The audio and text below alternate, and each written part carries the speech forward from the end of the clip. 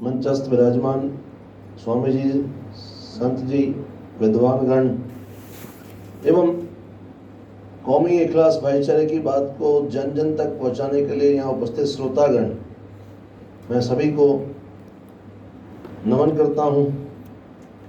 अपनी बात शुरू करने से पहले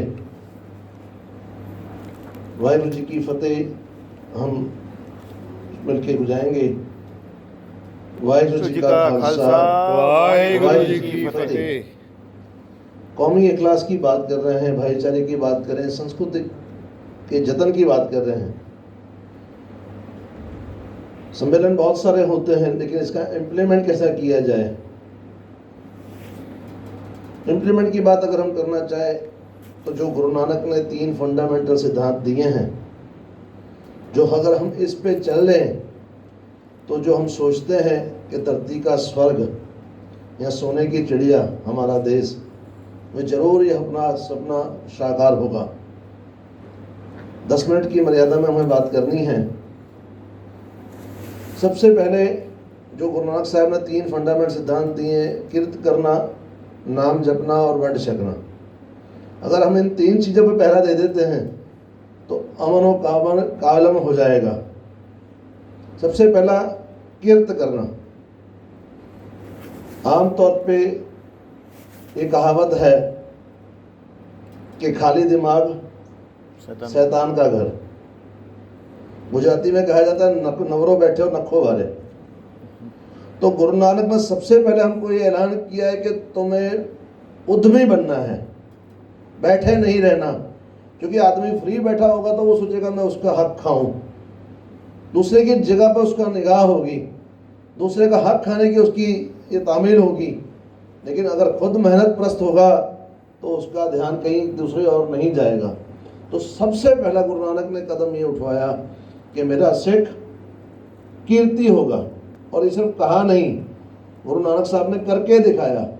खुद गुरु नानक साहब ने मोदी खाना चलाया, खेतों में हल जोए और ये करके दिखाया कि आने वाली जनरेशन को ये बताया कि भी ये करके दिखाना है। तो हम जब उद्यमी होंगे, कीर्त करने का हमको सबसे बड़ा संदेश दिया। दूसरा, नाम जपो। उस परवरदिगार ने हमें इस सृष्टि पे भेजा है। इतनी सुंदर कायनात के हम वारिस हैं। धरती पे हमें भेजा है, इतना मनुष्य अवतार दिया है, 84 लाख जून खत्म करके। तो ये हमारा जरूर बनता है कि उस परमात्मा को हम याद करें। यकीनन हम उस परमात्मा को याद करें। जैसे हम मंगला आरती करते हैं, संध्या आरती करते हैं, 5 नमाजा करते हैं। सिख के लिए भी कंपल्सरी के नित्य नेम, वो अपना नित्य नेम जरूर करे। क्योंकि आदमी अगर धर्मी होगा तभी उसको निर्मल भाव पैदा होगा। जब निर्मल भाव उसके अंदर पैदा होगा तो उसका हर एक व्यवहार, हर एक कर्म धर्म अनुसार होगा। जब उसका कर्म धर्म अनुसार होगा तो यकीनन अमन और शांति का माहौल हर जगह, भाईचारे का माहौल हर जगह होगा। आज हमें बहुत गर्व है कि हमारी जनरेशन को बहुत शौक है। जनरली सबने पहने हुए कड़ा पहनने का बहुत शौक है, लेकिन कड़े का ये जो भी चिन्ह दिए, हमें 5 चिन्ह दिए, इसका कोई महत्व है। गुरु साहब ने हमें कड़ा पहनवाया है कि कर्म के ऊपर धर्म है। कि जब तेरा कभी ये हाथ किसी चीज़ के लिए आगे बढ़े तो तुझे पता हो कि परमात्मा की हाथकड़ी तेरे हाथ में है। तेरे इन हाथों से किसी का बुरा ना हो, तेरे इन हाथों से किसी का हक ना ले तू, तेरे इन हाथों से किसी की बुराई ना हो जाए। पहनने का बहुत शौक है, पहने, लेकिन इसका मकसद समझ के आज हम कड़ा भी पहन लेते हैं, हाथों में तंबाकू भी घिस रहे हैं, शराब भी पी रहे हैं, जुआ भी खेल रहे हैं। तो इसको जो गुरु साहब ने हमें कृपान दी है, इसका नाम ही कृपान है कि किसी के ऊपर कृपा करने के लिए, ना कि जुल्म ढाने के लिए और अपनी आन शान बचाने के लिए ये गुरु साहब ने हमें दिया है। तो ये जो धर्म कमाना है, कीर्त करना, नाम जपना, सिर्फ गुरु साहब ने कहा ही नहीं, गुरु नानक साहब ने 28,000 किलोमीटर की पैदल यात्रा पूरे विश्व में की, 4 उदासियां, और उनके साथ 2 साथी रहे, भाई मर्दाना जी, भाई बालाजी। जब दुनिया में विचरते थे तो उन्होंने पूछा भाई ये कौन है आपके साथ? आमतौर पे होता है भी जो गुरु होता है वो बोलता है मेरे चेले चपाटे हैं जो भी हैं। तो उनको पूछा भी ये कौन है, तो गुरु नानक साहब ने कहा ये मेरे भाई हैं। आज ये भाईचारे का संदेश लेके गुरु नानक आप साथ में चलते थे। गुरु नानक जी के साथ भाई मर्दाना जी जो मुस्लिम थे और भाई बालाजी हिंदू थे, ये तीनों की जोड़ी 28,000 किलोमीटर इन्होंने पैदल यात्रा, उदासियाँ जिसको हम पंथ में कहते हैं, इन्होंने 28,000 किलोमीटर की यात्रा करके लोगों को धर्म से जोड़ने की बात की। आप नाम जपा, लोगों को नाम जपाने की प्रेरणा दी। आज हमें बहुत गर्व होता है जब कोई हमें कहता है कि हमने आज तक किसी सिख को भीख मांगते हुए नहीं देखा। कैसे देखा जाएगा जब हमारे को जहन में हमको ये सिखाया जाता है भी उद्यमी बनना है, कर्म करने हैं, और हम परमात्मा से अरदास करें कि ये जो हमारे जुनून है ये बना रहे, जो शिक्षा हमको गुरु साहब दे रहे हैं बनी रहे। तीसरा और अहम जो है सिद्धांत, वंड छकना।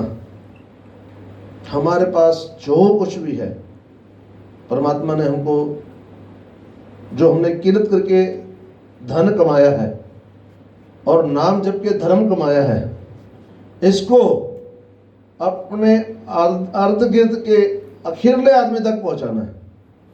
अगर हमारा कोई पड़ोसी भूखा सो रहा है तो हमारा दीवा बंदगी करने का, मेहनत करने का कोई मतलब ही नहीं। तो गुरु नानक ने यह संदेशा दिया, जो तुमने किरत करके धर्म कमाया है और धर्म करके धर्म कमाया है, इसको आपस में बांटो। आज देखिए यही कारण है कि दुनिया के किसी भी जगह पर कोई कुदरती आपत्ति आ जाए तो जिसको हमें 2% कहते हैं ना, ये 2% हैं, सबसे पहले वो लंगर लगाते हैं। दिल्ली इतना बड़ा है, किसी भी वजह से धरना का प्रोग्राम हो जाए, कोई प्रोग्राम, विद्यार्थी बैठे हों, किसी अपने समस्या लेके लोग बैठे हों, तो उनको खाने की कोई फिक्र नहीं पता, गुरुद्वारा पास में है, वहीं से लंगर पहुंच जाएगा। इतनी बड़ी आपदा विश्व में चली, ये जो कोरोना, तो हर गुरुद्वारे से लाखों की संख्या में ये लंगर चलते रहे। ये वंड छकने का है एक जीता जागता उदाहरण है कि अपनी जान की परवाह नहीं करते हुए भी, चाहे अनाज उगाने के लिए या चाहे अनाज बांटने के लिए सिखों को बदनाम किया जाए, लेकिन फिर भी उनके जहन में जो गुरु साहब ने ये गुण डाल दिए हैं कि वंड छको, ये वंड छकते हैं और गुरु के संदेश पे चल रहे हैं, ताकि कोई मेरा भाई, मेरा पड़ोसी बीमार ना रह जाए, पैसे से उसकी मदद की जाए, भूखा ना रह जाए, अनएजुकेटेड ना रह जाए। ये बांटने की जो प्रथा है और इसको सिर्फ कहा नहीं, गुरु साहब ने पूरा करके दिखाया। जब गुरु तेग बहादुर साहब जी के दरबार में कश्मीरी पंडित मायूस होकर हाथ जोड़ के खड़े थे, बालक गोविंद राय 9 साल की उम्र, दरबार में पहुंचे, पिताजी ये गुरु नानक का घर है, यहाँ तो बोलते हैं जो आवे सो राजी जावे, तो ये क्यों मायूस खड़े हैं? पिता ने कहा भाई इनका दीन खतरे में है, औरंगजेब इनको परिवर्तन करना चाहता है। तो गुरु साहब ने कहा फिर इनका दीन कैसे बच सकता है? तेग बहादुर साहब ने कहा इनका दीन कोई महान व्यक्ति अगर बलिदान देगा तब बच सकता है। देखिए बांटने की, वंड छकने की परंपरा। सिर्फ 9 साल की उम्र के बालक गोविंद राय ने पिताजी को कहा, पिताजी आपसे बड़ा महान व्यक्ति कौन हो सकता है? तो 9 साल की उम्र में अपने पिता गुरु तेग बहादुर साहब को धर्म की रक्षा के लिए दिल्ली चांदनी चौक में शहादत के लिए भेजा। ये वंड छकने की बात। ना कि यहाँ तक, आगे चल के अपने 4 साहिबजादे, 2 को नीहों में चिनवाया गया, 2 को सरहंद में नीहों में चिनवाया, 2 को चमकौर की कड़ी में शहादत किया। और इसके बाद भी अल्लाह ताला से ये हाथ जोड़ के बंदगी की, हे परमात्मा मैं तेरा कसूरवार हूँ कि कर्जा मैंने किस्तों में उतारा।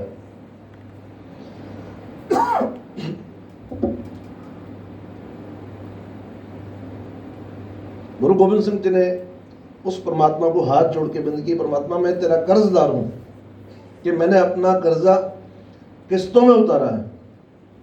आज हमारे बच्चों को दुनियावी लड़ाई सिखाई जाती है, पढ़ाई अभ्यासक्रम में पढ़ाया जाता है कि ये लड़ाई हुई, फलानी लड़ाई हुई, लेकिन कभी इस तरह से बलिदान वाली गाथा हमारे बच्चों को पढ़ाई नहीं जाती। और यही नतीजा है कि हम एहसान फरामस होते जा रहे हैं। एहसान फरामस होने की वजह से एक दूसरे के साथ हम वैर रखते हैं। तो हमें बहुत खुशी हुई जब 3 साल पहले स्वामी माधव प्रियदास जी ने हमें इसी स्थान पर बुलाया था धन गुरु तेग बहादुर साहब जी का शहीदी दिवस मनाने। विशाल मेदनी यहाँ पर एकत्रित थी। इतने बाखूबी ढंग से गुरु तेग बहादुर साहब जी का शहीदी दिवस यहाँ पे हमने मनाया। हम देख के बहुत गदगद हुए थे। यहाँ तक नहीं, उसके बाद जो स्वामी जी ने स्पीच दी वो मुझे वर्ड टू वर्ड याद है।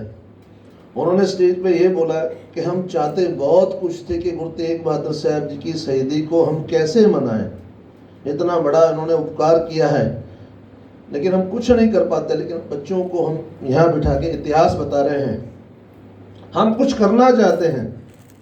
आखिर में उन्होंने कहा कि हम ये हमारा एक सेवा ही समझो कि गुरु तेग बहादुर साहब जी के शहीदी दिवस पे सिख कौम में से 2 बच्चों को हम पढ़ाई का पूरा खर्चा हम उठाएंगे। आज 3 साल हो गए और हर साल हमें यहाँ बुलाया जाता है। तो ये है हमको एहसान मानने की बात, जो हम बच्चों को बताएंगे कि किस तरह से बलिदान कुर्बानियाँ दी जाती है, किस तरह से किसी का एहसान चुकाया जाता है। तो ये हमारे अमन शांति का माहौल बनेगा। आज के इस सुंदर आयोजन के लिए मैं CAE मीडिया ग्रुप, उनके सहयोगियों जिन्होंने ये पूरा प्रोग्राम सुंदर आयोजन किया है, फिर से आखिरली मर्तबा कि हम जो गुरु नानक के 3 सिद्धांत हैं, किरत करो, नाम जपो, वर्ण चुको, ईमानदारी से मेहनत से पैसा कमाएंगे और ज़रूरतमंद में बांटेंगे तो कोई भूखा प्यासा नहीं रहेगा। अमन शांति का माहौल होगा, किसी के ऊपर नज़र नहीं रहेगी, तो ये शांति का माहौल पैदा होगा। हाँ, हम एक बार फिर आपको बताएं कि गुरु नानक का सिख हमेशा सत्यवादी है। वो चाहे पहले के मोर्चे हों, चाहे अभी के मोर्चे हों, वो सत्य के लिए डटा हुआ है। वो मोर्चों पे सत्य के लिए बैठा है। और आज कभी भी देश को जरूरत पड़ी तो पहले भी कुर्बानियों के लिए तैयार थे, आज भी अमन शांति के लिए कुर्बानी के लिए गुरु गोबिंद सिंह का सिख हमेशा तैयार है। इतनी मैं बात कहता हुआ क्षमा का जाचक हूँ। सुंदर आयोजन के लिए फिर एक बार आपको बधाई। वाहिगुरु जी का खालसा, वाहिगुरु जी की फतेह।